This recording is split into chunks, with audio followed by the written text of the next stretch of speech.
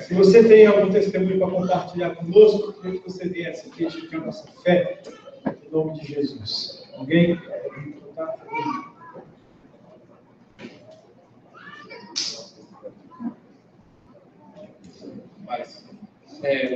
Sexta-feira agora, o meu irmão teve vindo aqui em São Paulo para poder ungir o apartamento que eu fiz a aquisição e Deus me proporcionou esse sonho e há tanto tempo eu tive. E agora eu tenho a minha casa. E eu dou glória a Deus por isso. E também uma outra coisa que aconteceu foi que há uns dias atrás eu havia sido colocado para cumprir aviso prévio na empresa. A empresa que eu trabalho é uma empresa muito grande e ainda assim a crise está meio que destruindo a empresa, né? E a gente não tem até muito para onde correr. E essa semana o meu chefe cancelou esse aviso. Então eu vou continuar trabalhando mais algum tempo e estou em oração para que as coisas se normalizem, né? Mas eu dou glória a Deus por mais essas bênçãos que têm acontecido na minha vida.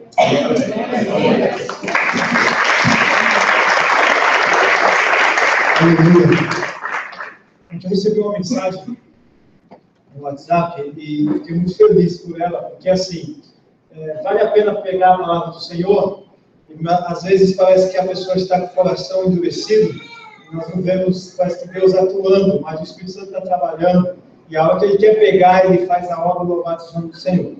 Lá na Bahia tem o Cosme, que vocês estão cansados de ouvir falar, e ele tem 3 filhos. O filho mais velho dele chama Franklin. E o Franklin, ele não é que ele era resistente à igreja, mas ele não via muita coisa com Jesus. Então, ele que mexe no computador, que sempre nos ajudava com essa questão, mas toda vez que chamava ele com um compromisso com o Senhor, ele sempre falava, não estou pronto, não sei, não chegou a hora, enfim. Aí ontem nós estávamos saindo do culto lá em Araraquara, e aí eu recebi uma mensagem assim, tem uma novidade para você. Aí eu falei, fala aí, mano, conta a novidade. Ele falou, tomei uma decisão que eu tinha falado. Eu aceitei Jesus. Louvado seja o nome do Senhor. Ele agora é do Senhor. Bendito seja o nome de Jesus. Amém? Aplauda o Senhor, por favor. Alguém mais? Vem, por favor.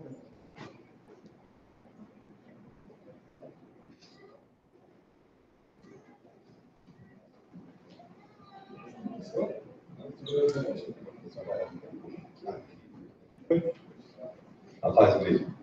Quero dar um testemunho do rapaz que trabalha comigo, é o Isaías. Cláudio trabalhou com ele um tempo na empresa. Ele teve aqui uma renovação. Ele e a família dele, naquela época ele estava um pouco desanimado com o Senhor. E eu falei do culto de renovação que tinha aqui, tinha conversado com ele um pouco, ele veio, né, e a Kelly pregou uma palavra para ele, naquela época, né? E falou que ele ia montar um negócio, ele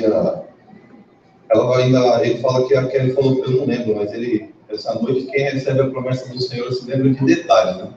Ele falou que ela falou assim, eu vejo você montando um negócio, não sei o que, mas eu sei que é de comer, né? Aí ele pegou e falou, amém, saiu daqui, tem filhos, coisa meio difícil para ele também. Aí ele falou que montou um negócio para ele agora, né? Eu vou comunicar para mim. Ele montou uma sorveteria próximo da casa dele, sem condições nenhuma. O primo dele foi lá, reformou o salão, entendeu? Colocou tudo, montou tudo e ele falou, a gente vai fazer sociedade? Ele falou, não, você toca o negócio, você me paga quando você puder. E uma das coisas que eu vejo no nome de Deus é que ele se lembrou do que ele recebeu na nossa igreja. Então eu fico muito feliz, porque sempre quando eu trago alguém aqui, eu peço, Senhor, entrega, fala alguma coisa com ele, né? Que ele saia daqui abençoado. Pelo menos eu faço isso com as visitas que eu trago aqui.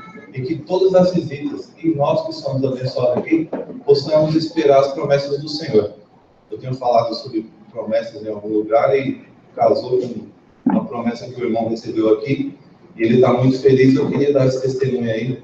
Porque, assim, às vezes a gente ouve promessas que, como eu ministrei lá na Leste, que a gente às vezes dá até risada, né? Olha, isso está de brincadeira que é para mim.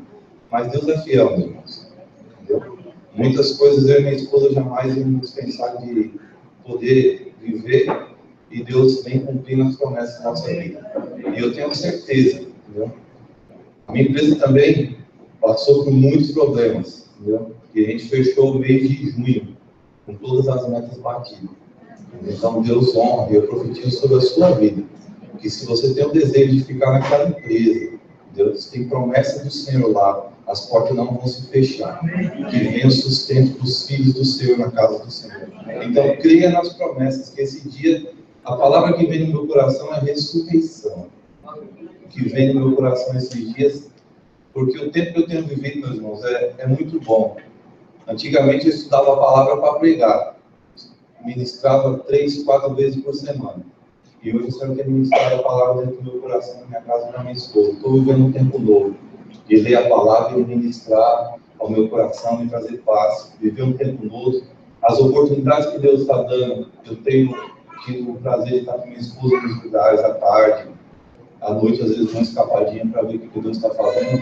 Mas creia, nos momentos difíceis, as promessas do Senhor vão se cumprir em nome de Jesus. Amém?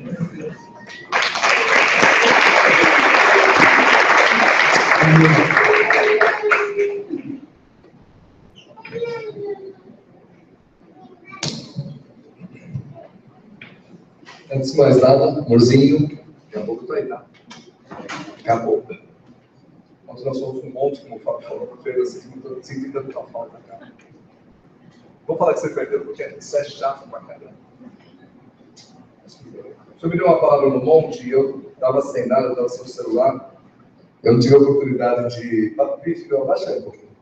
Eu não tive a oportunidade de compartilhar com os irmãos e eu queria entregar agora para os irmãos. Principalmente, viu, meu irmão? O Paulo. Essa marido dela, Paulo. O Paulo, o nome dele? Como é que ele chama? É você que disse. Tudo bem? Vou te botar aqui. É seu irmão? Ah, tá. Como é que ele chama? Odair. Tá bom, tô certo. Glória a Deus, já me localizei. Tá bom, é do táxi. É o Odair Carlos. Carlos Odair. Não é meus dois, tudo bem. É ele, tá? Todo mundo sabe quem é? Glória a Deus, tá isso aí. Meus irmãos, eu gostaria que quem foi no monte ontem, principalmente vocês, leia depois Números 22, tá? Que é a história de Balaão, porque é uma história muito interessante. É muito interessante. Mas eu não vou ler tudo, senão o pastor vai me matar. A partir do verso 21...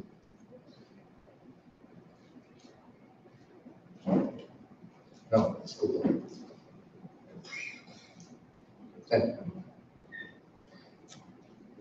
Aleluia. Balaão começa... Todo mundo conhece a história de Balaão, aqui é rapidinho. Os macumbeiros daquela época lá chamaram Balaão para amaldiçoar o povo, tá? Aquelas coisas lá, fazer macumba. É mais ou menos isso. Ou boa cumba, porque até então existem uma dúvida se Balaão era ou não era. Eu não vou entrar nessa história porque não interessa. O que interessa é o seguinte, que toda vez que Balaão ia amaldiçoar o povo, o Senhor dava um outro tipo de palavra, e é isso que eu quero entregar para os irmãos. É isso que interessa. Então começa...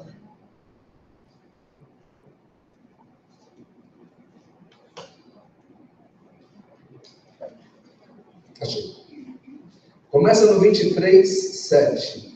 Então proferiu a sua palavra e disse: Balaque me fez vir de Arã, o rei de Moabe, dos montes do Oriente, vem, amaldiçoa-me a Jacó. Vem, denuncia a Israel. Como posso amaldiçoar a quem Deus não amaldiçoa? Como posso denunciar a quem o Senhor não denuncia? Pois do cimo das penhas vejo Israel, e dos outeiros o contemplo. E eis que o povo que habita só não será reputado entre as nações. Quem contou o pó de Jacó? Ou enumerou a 4ª parte de Israel? Que eu morra a morte dos justos, o meu fim seja como dele. Meus irmãos, você não está só. Você não está só. O Senhor te deu. Continuando. No 23:18 agora. Então proferiu a sua palavra e disse: levanta-te, Balaque, e ouve, escuta-me, filho de Zippor. Deus não é homem para que minta, e nem filho do homem para que se arrependa. Porventura, tendo prometido, não o fará. Cadê a Rose? Rose, você está aí ainda? Não está, Rose? Eu sei. Tendo prometido, não o fará, ou tendo falado, não cumprirá. Eis que para abençoar recebi ordem. Ele abençoou e não o posso revogar. Não viu iniquidade em Jacó, nem contemplou desventura em Israel. O Senhor, seu Deus, está com ele. No meio dele se ouvem aclamações ao seu rei. Deus o tirou do Egito. As forças dele são como do boi selvagem. Pois contra Jacó não vale encantamento nem adivinhação. Contra Israel, agora se poderá dizer de Jacó e de Israel: que coisa tem feito Deus? Eis que o povo se levanta como leoa e se ergue como leão. Não se deita até que devore a presa e beba o sangue dos que forem mortos. E para terminar, não vai terminar. Fala assim no 24. Interessante que ele vai acrescentando coisas. A partir do 4. Palavra daquele que ouve os ditos de Deus, a quem tem a visão do Todo-Poderoso, e prostra-se, porém, os olhos abertos. Que boas são as tuas tendas, ó Jacó. Que boas são as tuas moradas, ó Israel. Que vales que se estendem como jardins à beira dos rios, como árvores de sândalo que o Senhor plantou. Como cedros junto às águas, águas manarão nos seus baldes, e as suas sementes terão águas abundantes. O seu rei se levantará mais do que Agag, e o seu reino será exaltado. Deus tirou do Egito a Israel, cujas forças são como do boi selvagem. Consumirá as nações dos seus inimigos, e quebrará os seus ossos, e com as suas setas os atravessarás. Esse abaixou-se, deitou-se como leão, e como leoa. Quem o despertará? Benditos os que te abençoares, e malditos os que te amaldiçoarem. E agora eu quero lembrar do João 4, né? Quando Jesus está lá com a mulher, e ele responde para a mulher: se você conhecesse quem te pedisse, quem te pede, você pediria e eu te daria rios de água viva. Rios de água viva. Interessante que o louvor foi muito focado na presença de Deus. E o José terminou o louvor orando para nós buscarmos o Senhor.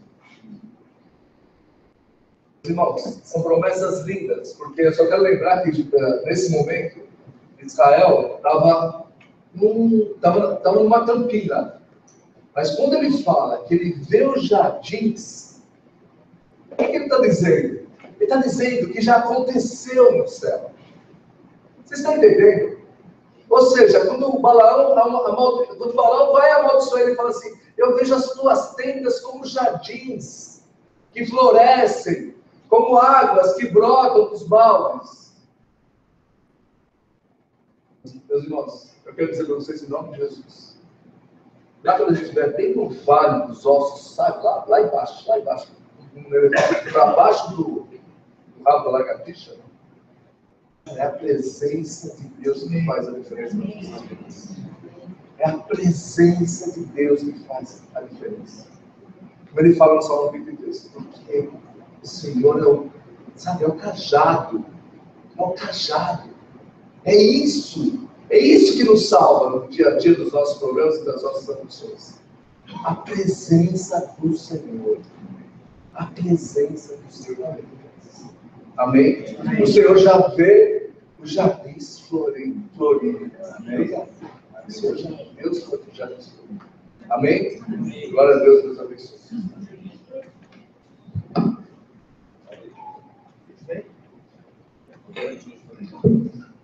avisar que sábado que vem, renovação em Votorantim. Então, sábado que vem, renovação em Votorantim. Por favor, vá. Vai ser uma bênção em nome de Jesus. Alguma vez mais? Retiro. Inscreva-se por retiro. Pastor? Por favor, inscreva-se por retiro. Pague o retiro. Vamos nos inscrever. Divide em parcelas e dá para todo mundo.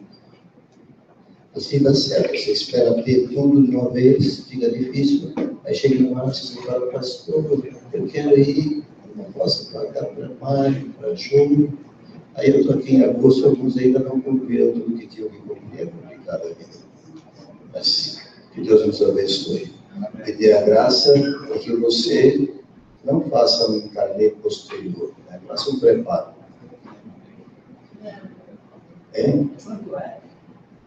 Vocês não sabem quanto é, mas como vocês são bem informados. Pois é, você nem se interessou para saber. A expressão é essa, você me desculpe. Você se expôs, eu aqui só estou completando o assunto. Né? Diz o Fábio que são R$300.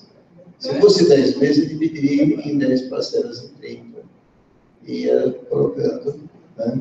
Eu tenho que fazer um depósito para o local, esse fim de mês, de R$14.300, e não entrou tostão. Na verdade, a igreja já deu 2.150. Então, você tem que definir o seu caminho, né, e se preparar para as coisas. Para não chegar ao ano que vem, você ficar apertado, ficar propício. Mas, aleluia. Deixa eu ver se eu acho aqui. Aleluia. Engraçado que entra aqui o jogo de xadrez, não é? Outra vez. Aleluia. Glória a Deus, amados. Eu não fico muito elétrico, porque as cadeiras azuis estão prevalecendo aqui, né? Então, ainda bem que não são brancas, que eu quero prevalecer ainda mais. Mas eu quero falar para vocês. Então, que Deus nos abençoe aqui. Mas a gente fica um pouco meio para baixo, né? Eu queria falar para você que não está, venha, por favor.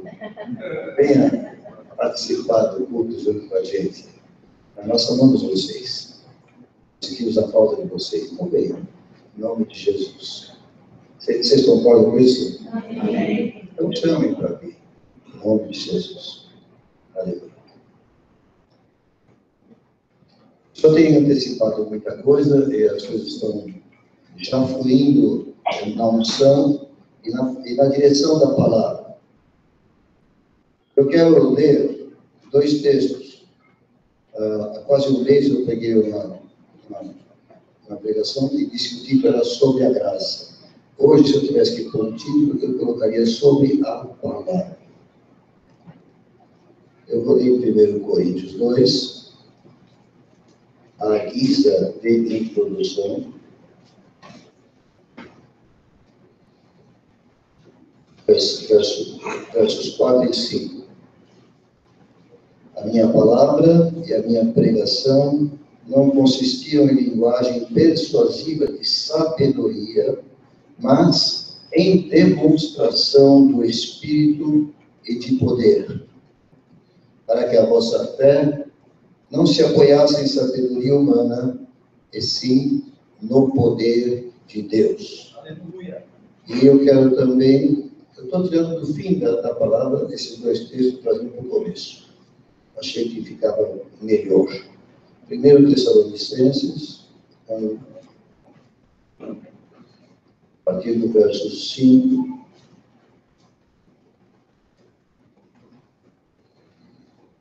Porque o nosso evangelho não chegou até vós tão somente em palavra, mas, sobretudo, em poder, no Espírito Santo e em plena convicção, assim como sabeis ter sido o nosso procedimento entre vós e por amor de vós. Com efeito, vos tornastes imitadores nossos e do Senhor, tendo recebido a palavra, posto que em meio de muita tribulação, com a alegria do Espírito Santo, de sorte que vos tornastes o modelo para todos os crentes na Macedônia e na Acaia. Porque de vós repercutiu a palavra do Senhor, não só na Macedônia e Acaia, mas também por toda parte se divulgou a sua fé para com Deus, a tal ponto de não termos necessidade de acrescentar coisa alguma, pois eles mesmos, no tocante a nós, proclamam que repercussão teve o nosso ingresso no vosso meio, e como deixando os ídolos vos convertestes a Deus, para servirdes o Deus vivo e o verdadeiro. Paramos aqui por enquanto. Amém. Glória a Deus. Nós chamamos pela colaborações. Senhor, visita-nos e que a tua graça esteja sobre nós e sobre essa palavra. Que ela saia doce, mas que ela produza efeito de poder. Amém. É o que nós pedimos em nome de Jesus. Amém. Ponto 1, uma palavra meio difícil, apologética. Não vou fazer grandes definições sobre ela, mas basicamente, quando eu ouço essa palavra apologética, eu entendo, basicamente, defesa. Defesa, no caso bíblico, doutrinária, ou de uma visão das coisas de Deus. Porque essa palavra é como apologia. Fazer apologia é dizer que é bom, que é certo, que é melhor. É difícil, quando a gente prega, fazer referência a coisas que ocorrem em nosso meio. Hoje eu vou me arriscar um pouco nisso. Muitas pessoas não aprovam. Ah, está falando, porque para mim, porque para... Não é geral, é genérico. É uma coisa que eu vejo pelo Espírito que abençoa a todo o povo de Deus. Mesmo porque eu vou falar sobre a palavra em Água da Rocha. Eu também não gosto muito, eu também fico incomodado, mas eu acho que é bom a gente falar de algumas coisas. Eu ouço algumas vezes algumas observações que não me vêm direto para mim aqui, mas vem repercutindo, vem ecoando. Mais ou menos isso. Procuro um lugar que tenha mais palavra. Eu estou precisando de mais palavra. E quando eu escuto isso, aqui regurgita uma pergunta que eu vou trazer aqui com muito amor por vocês. Você não dá palavra no seu dia a dia? Como está a sua leitura diária? Eu estou falando isso porque uma das maiores ênfases que desde o começo de Água da Rocha eu tinha era esse. Se você quer pregar, comece a ler a Bíblia diariamente em sua casa. E estou falando isso porque uma pessoa dessa igreja que era ministro e que fazia reuniões e era ativa, não era uma pessoa inativa. E um dia ela me confessou. Eu praticamente não leio a palavra. Ela estava indo com o depósito que ela tinha. Mas quando ela dizia que ela não estava lendo a palavra, ela não estava renovando aquilo que Deus queria trazer para a igreja, porque ela era um instrumento também para levar as coisas para a igreja. Então, há carência de palavra? Amém. Vamos examinar um pouco esse assunto. Mas você se esmera em procurar a palavra para que Deus te alimente? Essa é uma coisa que você tem que responder com sinceridade. Não para mim, mas para você mesmo. O testemunho de muitos que nos visitam aqui, seja de pessoas que lembraram, seja de pessoas que só vieram de visita, inclusive pastores que vieram sem saber que eram pastores, depois falaram, deram testemunho. Mas quando eles dizem alguma coisa, é falar, porque aqui tem palavra. É invariável. É invariável das pessoas que vêm assistir nossos cultos, eles dizem, aqui se prega a palavra. E eu creio no que elas estão falando, porque são pessoas que não vão me ver de novo, talvez, ou que talvez eles vão até lembrar, mas a maior parte, elas pintam aqui como visita e vão embora, mas eu sei que Deus me dá um alento com estas observações, e que nós não estamos fugindo da nossa obrigação com Deus. O segundo ponto é a questão da palavra, a palavra em si, logos. Logos é a palavra grega para a palavra como você pensou. Porque às vezes vem um som aqui, mas é bem-vindo. E a palavra rema, que também significa a palavra. A primeira vez que eu ouvi essa como é que eu poderia dizer? Essa significação dessas duas palavras que querem dizer as mesmas, as duas querem dizer a mesma coisa, a palavra, foi na Palavra da Vida. E era um chinês que estava pregando lá na USP. E ele explicou assim sucintamente, para a gente não ficar falando coisa muito difícil. Logos é a palavra original, na sua mais perfeita interpretação. É como ela é. Muitos dizem, e corretamente dizem, que Jesus é a palavra, porque no princípio era o verbo, é a palavra.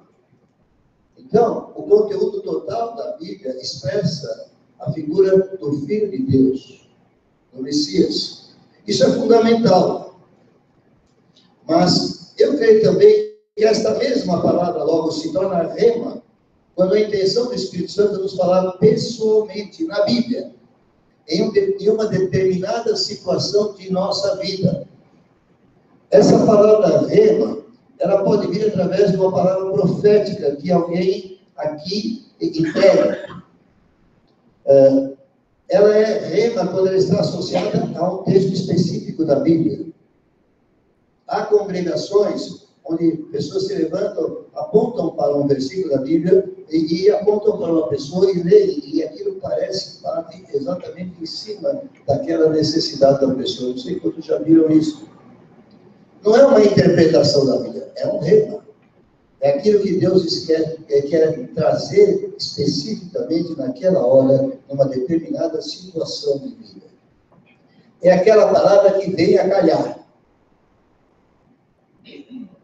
Deus tem usado aqui muitas vezes essa palavra rema na vida de muitas pessoas em nossas pregações, nos cultos, aqui e nas extensões e também nas casas. Pessoas chegam ao fim do culto e dizem assim para aquele que falou. E para mim já disseram inúmeras vezes: você pregou para mim hoje.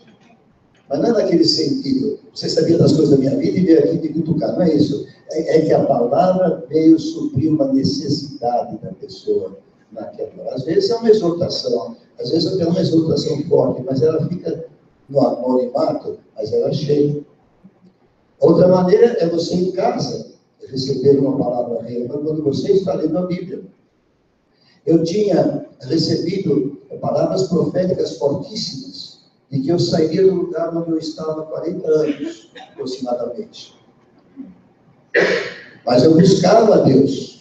Eu falava, eu não vou me levar pelo primeiro impulso porque alguém disse alguma coisa, eu vou, ainda que creia que seja uma pessoa que profetize em nome do Senhor, eu não vou tomar uma decisão tão importante, tão radical, só porque alguém disse. Eu busco o Senhor me fale. E aí, isso vocês vão ler em casa, em Ezequiel 12, eu estava lendo, e aquilo brilhou na minha frente, porque eu estava indagando de Deus exatamente a respeito desse assunto. Você lê em casa, por favor, Ezequiel 12, os primeiros versículos, até mais ou menos 10, 12, mais ou menos por aí. Você vai ver que aquilo brilhou diante de mim. Eu falei, é o tempo de Deus. Depois ele mandou mais uma palavra rema, o Fábio aqui, até deu testemunho dela, que ele recebeu na escola, e que confirmou totalmente aquilo. Eu já contei aqui uma experiência, não vou detalhá-la agora, mas simplesmente vou dizer que um dia eu estava orando intensamente em um determinado lugar, perguntando a Deus por que depois de todas as coisas eu só recebi ordem e pedi que devia estar aqui fazendo o que estou fazendo, mas de repente hoje parece que vai se acabar tudo. Parece que aquilo que a gente estava batalhando vai derreter nas nossas mãos. E nós não vamos alcançar o que queríamos. Aí, o Senhor me deu um texto por endereço, que é a palavra rema também. E eu entendi claramente João 13, 7. E eu não sabia de memória o que dizia. Mas eu gostaria muito que todo aquele que tem Bíblia agora abrisse e lesse, porque eu não vou citar. E você vai me dizer se você entende eu entendi. O que Deus estava me respondendo. Como esta palavra ela se tornou viva naquele momento. Não é uma interpretação dela. Era uma aplicação na minha vida. Os que entenderam que era uma resposta para mim, só façam assim, tá bom? Eu vou saber que você tá ligado. Para mim foi uma experiência tremenda. João 13, 7. Deus está falando comigo nesse jardim. Eu não podia pensar outra coisa. A minha questão é, eu só queria entender o que está acontecendo. E Deus me responde isso usando a Bíblia.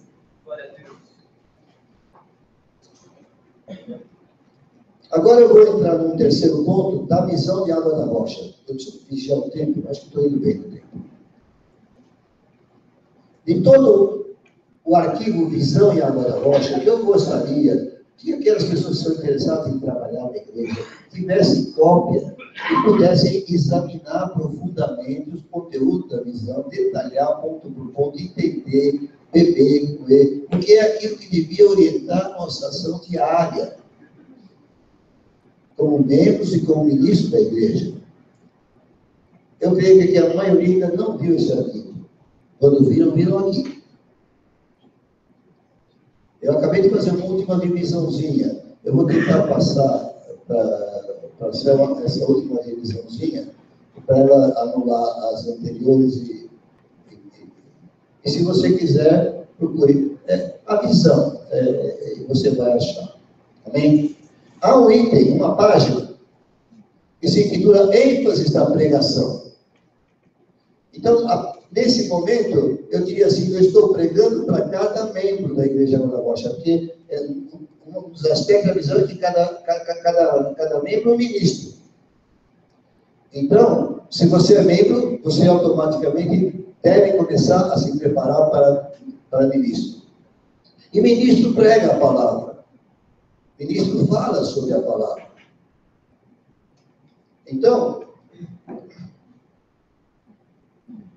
eu tenho 5 ênfases da pregação. Se você quer pregar o que a Água da Rocha prega, você não é obrigado a seguir só isso aqui ficar. Mas quando você estiver pregando, esta visão sobre pregação deve estar dentro de você, internalizada, para que quando você pegar um texto particular que você quer dissecar, você vai lembrar desses princípios fundamentais. Você não vai errar na direção daquilo que você está pregando. Primeira ênfase, a partir de Êxodo 25:8, foi mencionado aqui nos testemunhos e na palavra poderosa trazida pelo Paulo. Ele veio como testemunho, mas ele fez uma pregação de introito.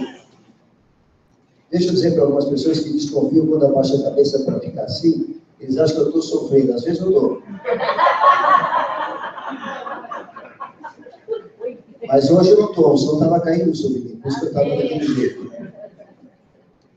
Eu preciso falar, porque senão você é mal interpretado. Agora vocês ficam sabendo, às vezes eu estou sofrendo, quando eu estou assim. Falei que vai terminar isso. Mas não é por causa do tempo, é por causa do assunto. Mas vamos lá, esse princípio. A gente aproveita e dá umas brincadinhas por lado, assim, para ver se. E me farão um santuário, para que eu possa habitar no meio deles. Eu já o crente velho, lendo a Bíblia. Essa palavra rema subiu para mim quando estava lendo. Eu estava ministrando aulas na escola dominical, no livro de Êxodo. Caramba, Deus queria morar no meio do povo. Então, a primeira ênfase é esta, a presença de Deus. Antes de tudo, é um anseio de Deus. E há uma progressão histórica. Por exemplo, em João 14:17, aqui é só um pequeno exemplo. João 14:17.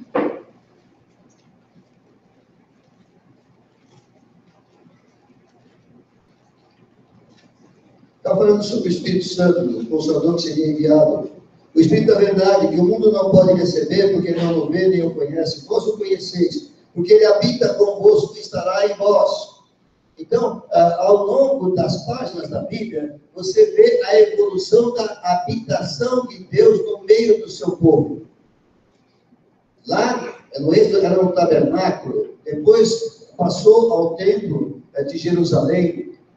Nesse templo de Jesus, ele disse, está no meio, habita convosco, mas ele já dá o próximo passo dessa progressão de Deus. Ele estará em vós.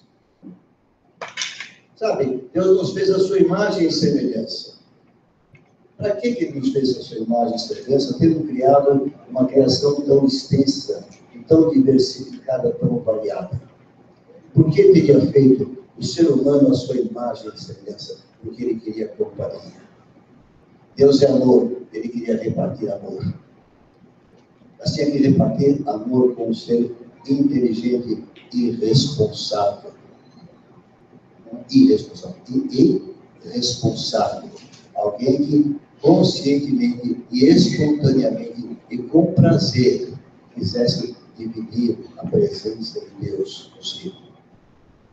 Amém? Os efeitos da presença de Deus numa pessoa e as suas manifestações, libertação, curas, consagração, santificação e alguns efeitos especiais. Recentemente preguei um pouco nessa direção. Cada item desse dá um aspecto de pregação. Quando você está num texto bíblico, você pode, de repente, enxergar ali esse aspecto da pregação. E você, conhecendo a fundo, você dá ênfase a esse aspecto. Estão compreendendo? Por isso que o homem tira do baú coisas novas e coisas velhas. Ele vai pegar aquilo que já está dentro dele. A segunda ênfase, eu tenho que ser bem rápido aqui, ainda estou indo bem. O que Deus requer de ti?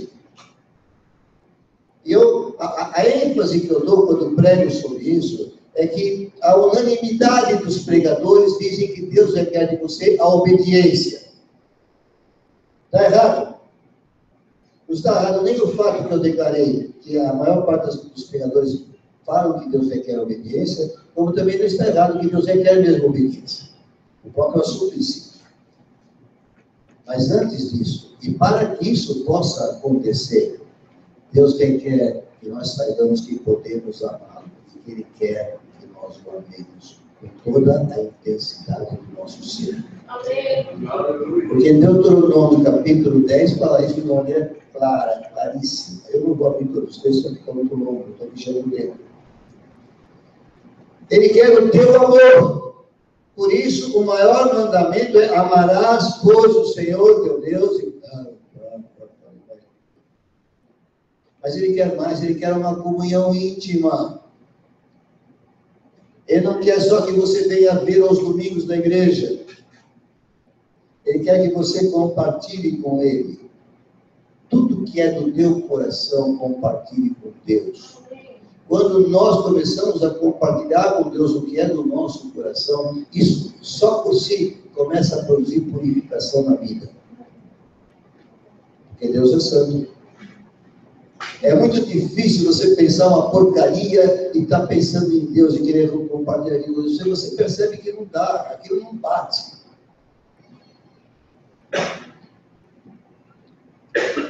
Uma relação de pai e filho.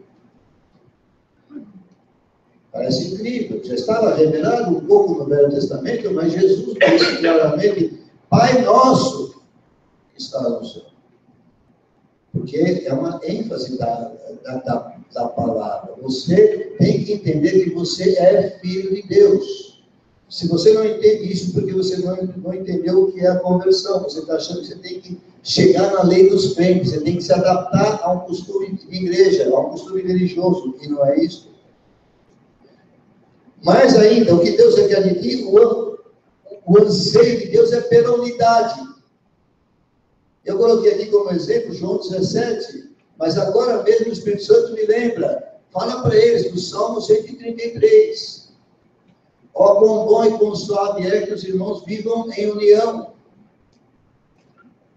É anseio, a união entre nós, mas nossa também com Ele. E esse anseio de Deus na nossa vida se expressa em 4 níveis de progressão também: salvo, primeiro nível. Segundo, discípulo. Terceiro, servo. Quarto, amigo. Mas não é primeiro servo, depois discípulo? É um pouco discutível. Mas eu entendo que você começa a aprender porque você é discípulo. Aí você aprende primeiro que você é servo. E aí você vai servir. Mas com o avanço do seu conhecimento de Deus, da sua intimidade com Ele, você percebe que Ele quer ser teu amigo. E te trata como amigo quando você ouve a sua palavra. É o que Jesus disse em João 15. Amém? Quando você prega assim, você está pregando como a água da rocha prega, você está pregando certo. Continuando. O terceiro ponto. Crer em tudo.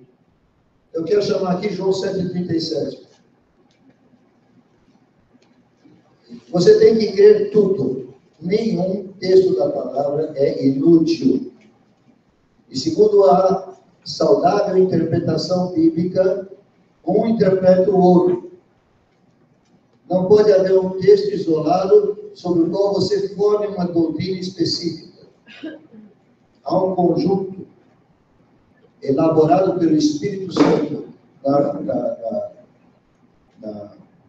na compilação da Bíblia.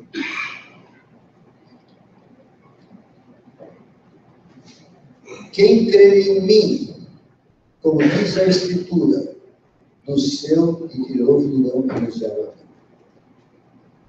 Essa vírgula às vezes engana um pouco, porque o sentido mesmo é que nós temos que crer nele como a Escritura revela.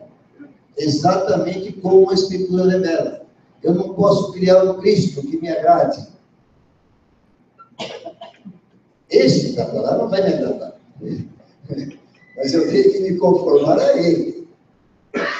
Ele vai agradar muito aqueles que creem nele. Você já tem essa experiência? Quando você crê em tudo, um homem veio da África do Sul para nos falar isso da igreja presbiteriana, numa pregação. E tinha um livrinho dele que eu tinha em casa perdido. Não sei se alguém pegou, me devolva, por favor. O autor chama-se Erlo Stegin. Você tiver lá, Erlo, E-R-L-O. Eu não sei nem ver o sobrenome, é esse aí, porque não tem outro nome. Nunca vi outro nome como esse. Mas, e ele ensinava que, para que a unção caísse sobre eles, eles tiveram que compreender algumas coisas. E uma delas era essa. Que eles tinham que crer em tudo que a Bíblia fala sobre o Senhor. Tem que crer em Jesus como Ele é realmente. Eu só diria, passando, que só existe uma maneira de entender as coisas sobre Jesus. Não existem duas maneiras válidas. Porque ou Ele faz uma coisa ou não faz. Ou Ele é ou Ele não é. Continuando. Uma restauração da igreja conforme o modelo. Faz parte do crer tudo. Porque em Ezequiel de 37 a 47, eu vejo um conjunto de capítulos que falam de uma restauração de uma vida espiritual conforme o projeto de Deus. Mas especificamente em Ezequiel 43, 10, isso eu já preguei algumas vezes, você já ouviu algumas vezes, tenha paciência, outros não ouviram, por isso eu tenho que vigiar e repetir, porque há sempre gente nova que precisa ouvir. Nilson, eu já falei sobre esse assunto na tua presença aqui em cursos, sobre Ezequiel 43, 10? Não, você se lembra. Então vai ouvir hoje.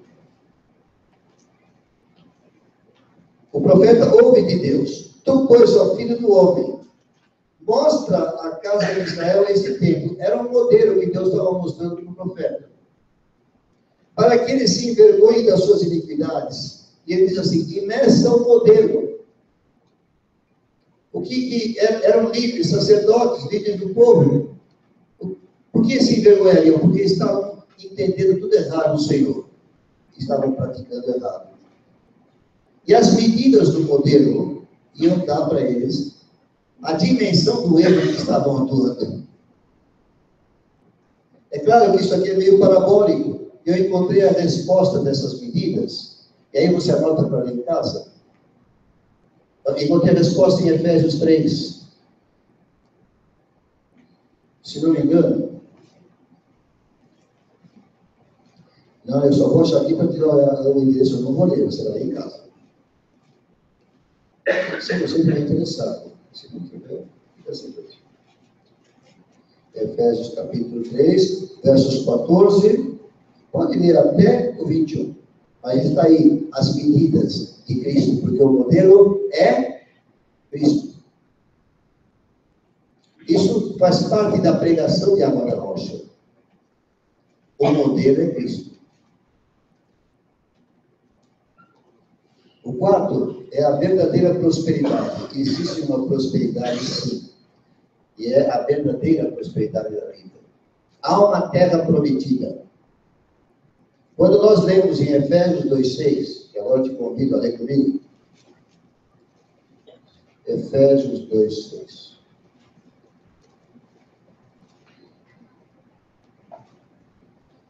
E juntamente com ele, com Cristo, nos ressuscitou, o Pai nos ressuscitou, Deus nos ressuscitou. E foi no passado, porque é um fato acontecido na cruz. E nos fez assentar nos lugares celestiais em Cristo Jesus. É uma figura correspondente à terra prometida para o crente. Assentados nos lugares celestiais. Quando você olha os embates, as lutas, os combates da terra, ponha-se na sua posição real em Cristo, lá. E olha de cima para a situação. Saia da tua situação e vai lá com ele e olha o que ele está vendo. Você falou alguma coisa disso? Falou sim. Você falou que eles estavam no deserto. Você chamou de campina, mas era só areia, era um areião. E eles estavam ali, estavam vendo jardins e águas. Percebe que era um olhar, uma visão diferente, porque estava olhando do ponto de vista de Deus.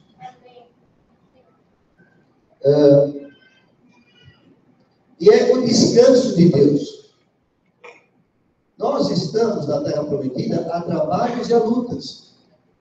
Mas como disse o Senhor, a batalha não é de vocês, é minha. O descanso consiste em crer nisso. Eu vejo a batalha, mas eu estou descansado, porque não é minha, é dele.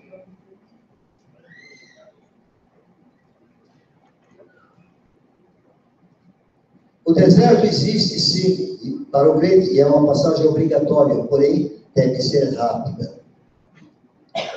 Agora, há também um lugar chamado cativeiro, do qual o exemplo bíblico é Babilônia para os judeus. E nesse cativeiro, o crente não goza das bênçãos que ele tem direito por causa das promessas. Mas há uma libertação prometida, prevista, para algum crente que eventualmente entre no cativeiro. Ele pode sair do cativeiro e voltar à plena comunhão da fé. Amém? Eu não vou explicar isso agora, estou dando as ênfases da pregação. Vocês estão começando a perceber que nós temos, até agora, só 4 ênfases, depois temos a quinta, que você está abrangendo quase tudo que um crente precisa ouvir, e que não ouve nas pregações em geral nas igrejas. Não estou dizendo que não ouve nunca. Existem muitas igrejas fiéis, graças a Deus. Eu também aprendi essas coisas em igrejas, obviamente. E o quinto ponto da ênfase da pregação. Se você não tem esse aqui, por favor, pegue e comece a dissecar. Esses assuntos que eu estou trazendo, tem várias pregações, tem áudios, tem pregações escritas sobre esses temas. O quinto ponto é o crente como um abençoador. E o texto básico você encontra em Gênesis 12.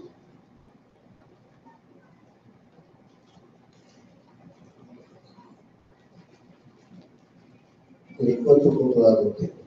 Gênesis 12, estou cuidando hoje. Diz bem, não se costuma falar.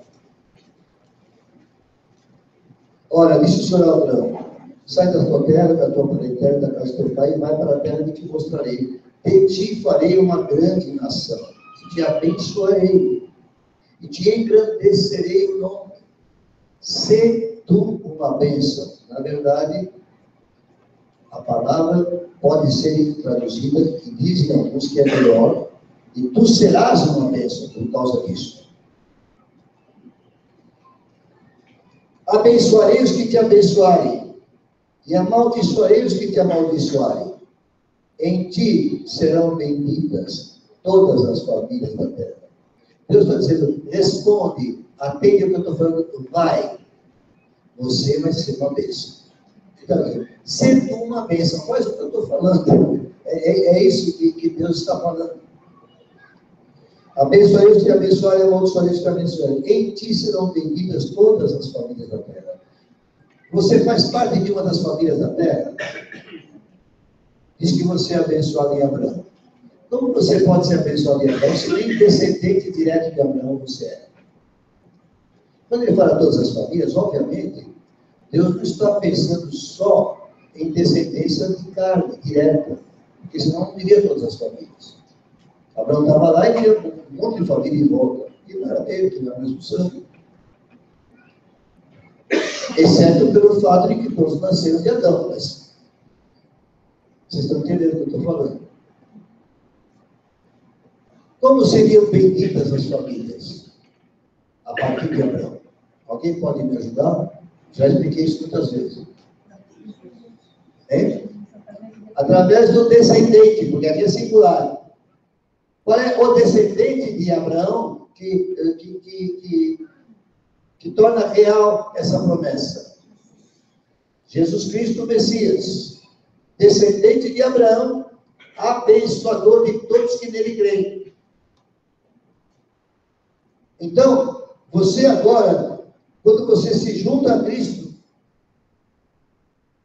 e Ele está em você, e você nele, agora você é abençoado. Mas não só você é abençoado, pelo próprio projeto de Deus, no momento em que você está nele, agora Ele em você, e o seu Espírito, o seu dínamo em você começa a ser abençoador daqueles que estão à sua volta. Então, mais do que venha para o Senhor e você será abençoado, nós dizemos, venha para o Senhor e você se torna um abençoador. E esse planeta precisa muito de abençoadores. Esse planeta precisa de mais abençoadores. Está em falta esse programa. É claro que passa pela unção de Isaías, capítulo 61. Se você ministra a palavra de Deus da água da rocha, por favor, saiba de cor Isaías 61. E saiba que Jesus aplicou a si mesmo e depois distribuiu essa aplicação a todos que creem. Aleluia. Esta é a unção de Jesus. E só para encerrar agora esse aspecto da ênfase da pregação, vai comigo em Mateus 10.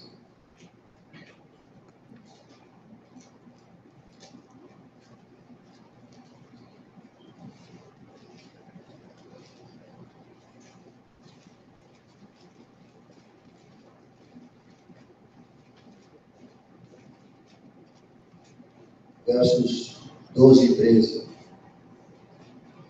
Jesus está mandando os discípulos uma missão de entrar nas casas e fazer uma obra, né? E ele diz assim: ao entrares na casa saudai-a, se com efeito a casa for digna, venha sobre ela a vossa paz. Se porém não for, torne para vós outros a vossa paz. Bom, aqui não diz qual é a saudação, mas pelo contexto, você que é uma pessoa inteligente e lê a compreensão, me diga qual seria a saudação que seria feita. A paz seja com vocês.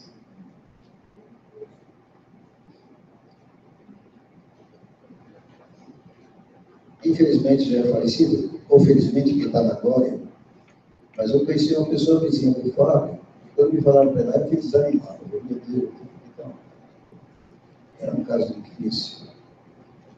Você vai dizer, mas ele faleceu da doença, o caso dele era avançado. Mas mesmo os casos dele sendo avançados dos filhos, ele teve uma renovação de vida extraordinária. Eu fui testemunha da renovação da vida dele. E quando eu fui a primeira vez, eu falei, Deus, eu não tenho nem o que dizer para esse homem. Ele não falava coisa não era possível estabelecer um diálogo razoável com ele. Não dava. A primeira vez que ele veio aqui e falou alguma coisa, foi uma confusão total. Mas as últimas vezes ele falava com propriedade. Eu só lembrarei lá, olha, não sei o que está acontecendo, não sei como fazer. Você tem que fazer uma questão na sua cabeça, mas uma coisa eu vou dizer para você. O senhor quer entrar nessa casa, eu tenho que ter a paz do senhor seja nessa casa. E fomos embora. A pessoa começou a produzir, cada dia, coisas novas naquela vida. Se você visse a casa, no estado em que estava, quando nós fomos lá, e depois a casa em que ele morou no fim de sua vida, você já viu uma diferença material. Porque significou esta bênção derramada sobre eles. Creia, Deus tem que tornar você um abençoador. Aquilo que sai da tua boca pode definir muitas situações. Não é só porque é profeta, não é só porque é um pastor, não é porque o pastor é presidente da igreja, não é por causa dessas coisas, é porque Cristo está em nós. E esta é a esperança da glória. Creia que há poder na palavra, quando é esta palavra que é emitida pela tua boca. Você pode crer isso? Isto é a da rocha. Amém? E duas observações finais. Repetindo e comentando. É claro que alguém pode ficar insatisfeito. Nem todos se agradam das coisas com unanimidade. Acontece, a divergência de opiniões. Mas eu tenho a consciência tranquila que nós andamos nesta pregação. Quando anda em qualquer texto da Bíblia, você não vai me sair desses princípios de pregação. E quando você me observar saindo desse princípio do fim do culto, vem aqui e me censure. Porque essas verdades estão internalizadas aqui. Elas brotam. Elas brotam. E precisam ser internalizadas aí, para também brotarem. E creio mais. Eu creio que a unção do Espírito sobre nós faz com que ele tire de nós essas palavras. Porque eu já vi vocês pregarem com a mesma unção, fazendo referência a coisas que eu nem sabia que vocês tinham aprendido e conhecido. Mas o Espírito Santo é o mesmo. Ele opera. Alguém me perguntou lá em Araraquara, não sei se tem alguém em Araraquara me ouvindo, sobre cobertura espiritual, significado, textos bíblicos sobre cobertura espiritual. Eu não me lembro de nenhum, mas eu sei dos seus efeitos. Um dos efeitos que eu vejo é que aquelas pessoas que saem pregando na unção de água da rocha, elas têm uniformidade. Acontece. Para mim, é efeito da cobertura. Porque há uma missão que esta igreja executa, dentro do propósito geral do Senhor. Há uma coisa específica que nós estamos ali trabalhando. E eu creio que o Espírito Santo traz para vocês a mesma coisa. Por isso que alguns vêm e falam, preguei isso essa semana. Esta coisa que eu estou dizendo foi a que funciona. Amém? Eu vou mudar os dois textos iniciais. O ponto 1 que eu quero fazer como observação final é que a palavra é dinamite. Porque o poder mencionado por Paulo e o mencionado por Jesus em Atos 8 é dinamite. É um altíssimo poder. É uma explosão. É 1 Coríntios 2, de novo, 4 e 5.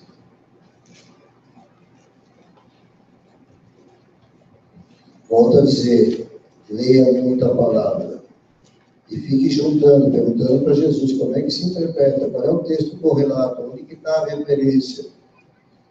A minha palavra e a minha pregação não consistiram em linguagem persuasiva de sabedoria, mas em demonstração de espírito e de poder, para que a vossa fé não se apoiasse em sabedoria humana, e sim no poder de Deus. Dinamite. Como eu disse, as opiniões podem divergir, mas aqui tem palavra. E aqui tem unção. Aqui tem poder. Há lugares que tem muita unção e quase nenhuma palavra. Não estou aqui criticando os seus, eu estou dizendo que existe. Mas pela nossa formação, por aquilo que Deus fez com nossas vidas, porque nós somos um conjunto, não é só bolinho. Ele nos concede firmeza na palavra e poder espiritual para a atuação. E o segundo ponto, então, eu vou só dissecar um pouquinho, 1 Tessalonicenses 1. Acho que foi sábio citar no começo, e agora repetir. Porque o nosso evangelho, Paulo está falando sobre Tessalônica, lugar que ele visitou e pregou, e formou uma igreja. Não chegou até vós tão somente em palavra, mas sobretudo em poder, no Espírito Santo e em plena convicção. Assim como sabeis ter sido o nosso procedimento entre vós e por amor de vós. Com efeito, vos tornastes imitadores nossos e do Senhor. 1 Tessalonicenses 5, capítulo 1. Versículo 5, agora eu estou no 6. Vou passar para o 7. De sorte que vos tornastes um modelo. O modelo era Cristo. Mas para esses crentes de Tessalônica, o modelo foi Paulo. Mas para outros que iam conhecer esses crentes de Tessalônica, o modelo era eles também. Não sei se vocês estão entendendo. Mas o modelo é Cristo. O modelo para todos os crentes da Macedônia e na Acaia. E agora explica por que eles eram modelo. Porque de vós repercutiu a palavra do Senhor, não só na Macedônia e Acaia, mas também por toda parte se divulgou a vossa fé para com Deus. E a fé deles era tão claramente expressa, que ele diz assim, a tal ponto de não termos necessidade de acrescentar coisa alguma. Vou dar uma ênfase aqui, espero que você não perca a linha de raciocínio. Mas se você ler um pouco a Bíblia, você vai ver que não eram crentes de muito tempo. Talvez você tenha mais tempo de igreja do que eles tinham. Não eram crentes que tivessem todo o conteúdo da revelação de Deus que eu e você temos. Porque a maioria deles tinha o Velho Testamento só, não sei se alguns já tinham tido acesso a evangelhos e alguma carta de Paulo. O Apocalipse eles não tinham conhecimento, ainda não havia sido dado. Eles tinham muito menos material do que eu e você temos. Mas foi suficiente para que o Espírito Santo fizesse essa obra com eles. Não havia necessidade de acrescentar coisa alguma. O próprio pregador, Paulo, não ficou muito tempo com eles. Era um grande pregador, faltava um grande pregador. Não era. É a atuação simultânea do Espírito Santo como iluminador, como ensinador, e da palavra que foi sendo semeada. O Espírito Santo ia dinamizando essa palavra, é dinamite pura, e fazendo as transformações necessárias. Se para eles era suficiente, muito maior responsabilidade temos nós, porque Deus nos dá aqui. Alô? Muito maior responsabilidade. E continuando a leitura, pois eles mesmos, no tocante a nós, proclamam que repercussão teve o nosso ingresso no nosso meio. Os outros estavam dizendo como foi forte a entrada de Paulo lá em Tessalônica, porque os tessalonicenses ficaram tão diferentes. E como, deixando os ídolos, os convertestes a Deus para servir o Deus vivo e verdadeiro. Aleluia. Foi suficiente para fazer uma transformação radical na vida deles. Aleluia. Por que não é possível fazer na nossa? O irmão disse que havia um monte de saquinhos com a boca fechada e precisa ser desamarrado para soltar. É cada um de nós aqui. Saquinho com a boca fechada, tudo embutido ali dentro. É preciso abrir e deixar fluir para que o Espírito Santo possa usá-lo. Posso ouvir um amém? Amém. A palavra corretamente distribuída, Paulo, e corretamente recebida, Tessalônica, as pessoas, A palavra corretamente distribuída e recebida sempre repercute em frutos.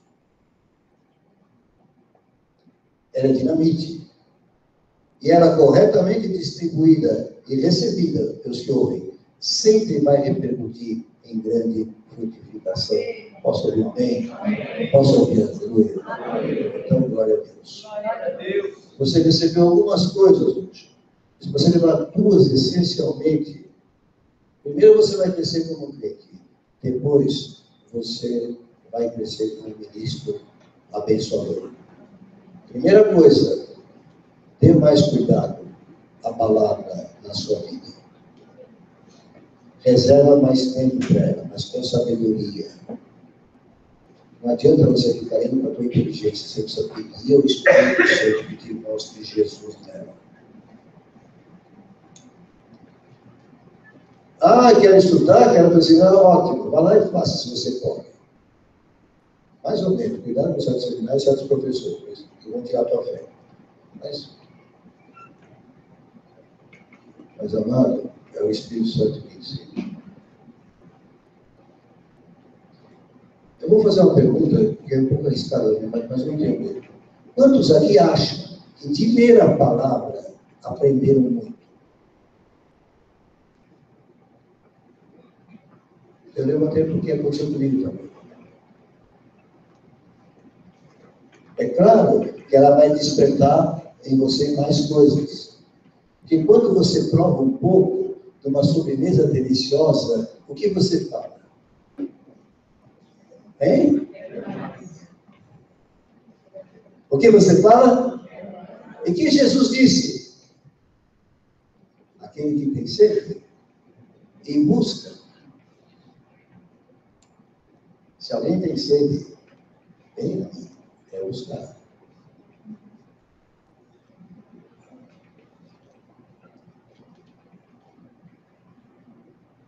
É poder de Deus. E a outra coisa é, procure se inteirar mais da visão como um todo. Eu não vou ficar fazendo reuniões para dar aula sobre visão, porque eu faço reunião, vem 10 pessoas em você, vem 20. E a igreja não é atingida. Você está curioso para saber o que esse pastor pegou? Bem, o texto, põe no teu computador, você vai ver. Se você não tem computador, peça uma cópia escrita, leva para casa. E aí começa a procurar os textos bíblicos referentes a cada. Eu vou acrescentar só mais uma coisinha, já que eu não extrapolei muito tempo, agora estou na faculdade para não começar a extrapolar, mas eu ia trazer aqui o meu caderno original, quando eu fiz os estudos do conceito transferível, só das respostas,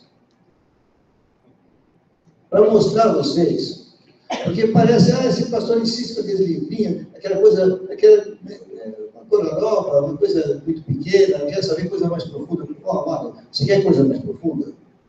Avança no serviço do Senhor e na Assunção. O Espírito Santo não pode dar coisa mais profunda, porque você é raso. Estou falando em termos gerais, não estou falando com você especificamente. Entendeu? O Espírito Santo não pode dar coisa profunda a quem é raso. E a palavra ensina que a gente aprende sobre a palavra obedecendo o que ela fala. Se você não obedece, o Espírito Santo não te ensina mais. É como se ele dissesse, para que eu vou te ensinar se você não cumpre?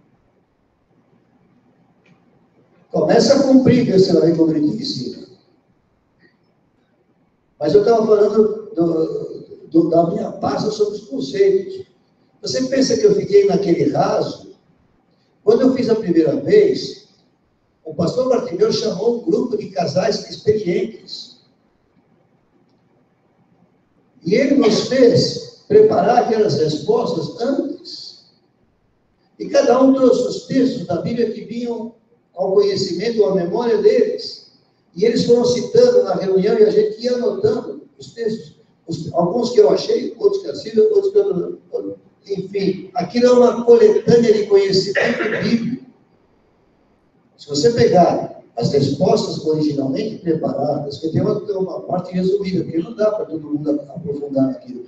Você pegar só os textos das respostas daquelas perguntas, você tem um compêndio. falando com vocês. Então, que em nome de Jesus, que hoje seja despertada fome e sede da palavra e de conhecer como esta igreja divulga a palavra, centrada em que aspectos dela. Eu creio que esses 5 aspectos não englobam tudo que a Bíblia tem, porque a Bíblia tem coisas infinitas. Mas eu creio que na essência que o crente de uma igreja desta época precisa ter essas 5 ênfases têm. Posso ouvir bem? Em nome de Jesus, faça a sua oração em cima disso. E eu simplesmente peço ao Espírito Santo de Deus que visite-nos agora, que vá tocando em cada um, lembrando as coisas essenciais do que foi dito. E atendendo os pedidos que cada um estará fazendo agora ao Senhor. Porque o Senhor te toca de um jeito e você pede uma coisa. A pessoa que está ao teu lado, a outra mais adiante, ela pode estar pedindo outra coisa, porque a necessidade dela é diferente, talvez. Mas fala para o que você precisa falar, não o que eu quero falar. Eu apenas peço que a solução se derrame sobre vocês. Em nome do Senhor Jesus. Para que o Espírito de Deus possa atuar poderosamente. E vocês possam abrir esses saquinhos com o conteúdo de Deus. E que eles possam ser atuantes vivos na vida de vocês. Para que vocês sejam frutíferos. Em nome de Jesus. Amém. Glória a Deus. Então é isso. Vou chamar a ceia.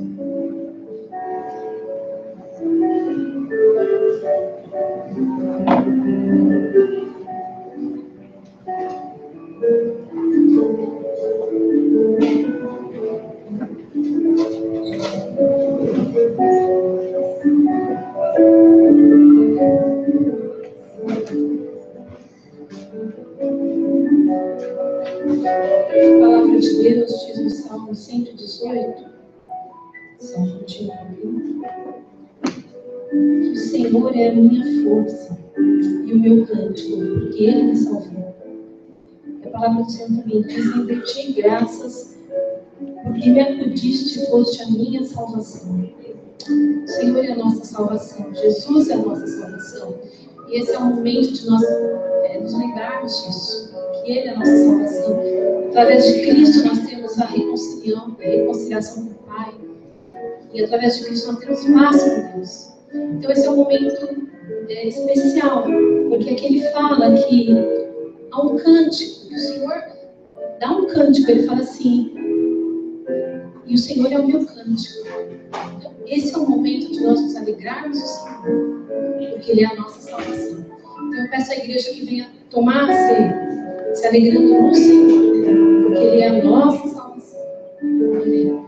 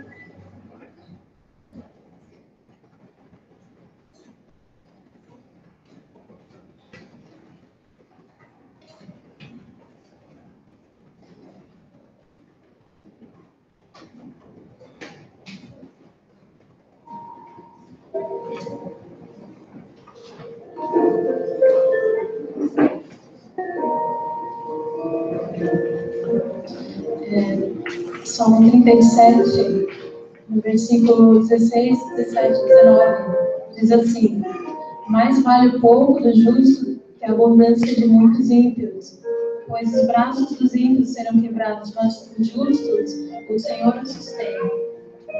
Não serão envergonhados nos dias do mal, e nos dias da fome se fartarão.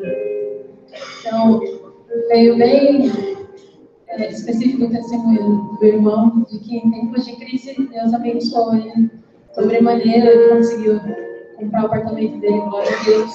Berg também falou alguma coisa nesse sentido. E mesmo se for pouco, eu estou trazendo o meu aqui, não é tudo que eu gostaria de trazer ainda, mas a palavra do Senhor diz que para o Senhor vale mais do que a abundância dos ímpios. Então, não deixe de trazer, ainda que você fale, poxa, queria poder trazer mais, porque o Senhor está abençoando. Então, pode trazer.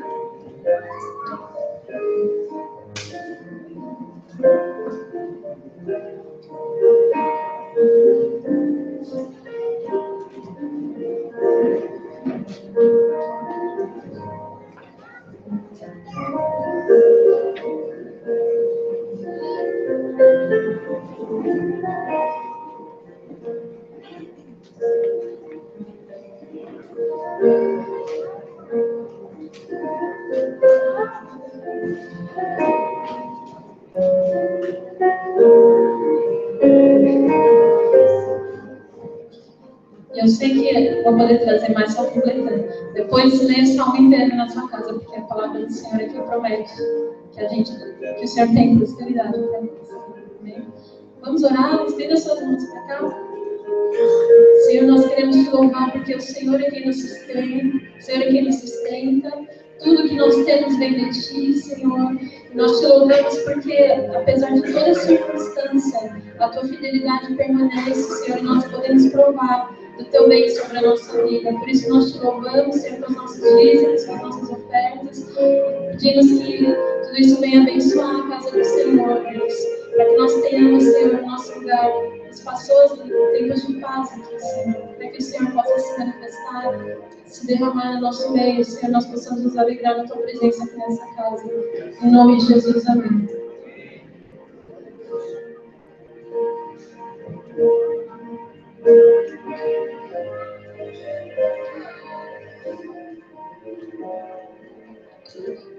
Irmãos, desculpa, eu esqueci de dar um recado. Algumas pessoas tinham me procurado para a gente voltar a fazer aqueles chás aos sábados. E eu dei muita atenção que estava correndo com a história do aniversário. Passou o aniversário, tem 2 semanas já que eu estou de folga. Então agora eu quero retomar o assunto da Cris, Celi, a tua mãe, que eu estou vendo. Enfim, algumas pessoas me procuraram falando que querem fazer chá. Me procura de novo para a gente marcar as datas certinho, tá bom? Quem estiver, por favor? Glória a Deus. Pai, obrigado pela tua palavra, obrigado pelo teu mover nessa noite, obrigado porque o Senhor é maravilhoso, tu és tremendo, nós te exaltamos, te glorificamos. Que a graça do Senhor Jesus, o amor do nosso Deus e Pai, a comunhão do Santo Espírito esteja com nossas vidas hoje e até a tua volta, em nome de Jesus. Amém.